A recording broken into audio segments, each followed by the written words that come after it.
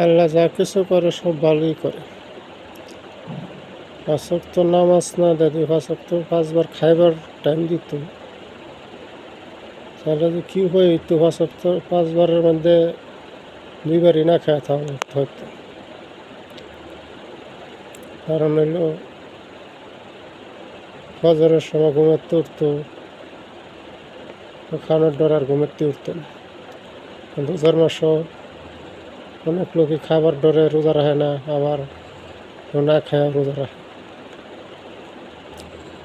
এভাবে 5 বার খাওয়ানোর টাইম দিলে বিপদ আরও বেশি হইতো। আর 5 ওয়াক্ত নামাজ পড়ার যেই মুসিবত, নামাজ পড়াতেই কত মুসিবত, খাওয়ানোর লাগে খাইবার হইলে কত কষ্ট হইতো।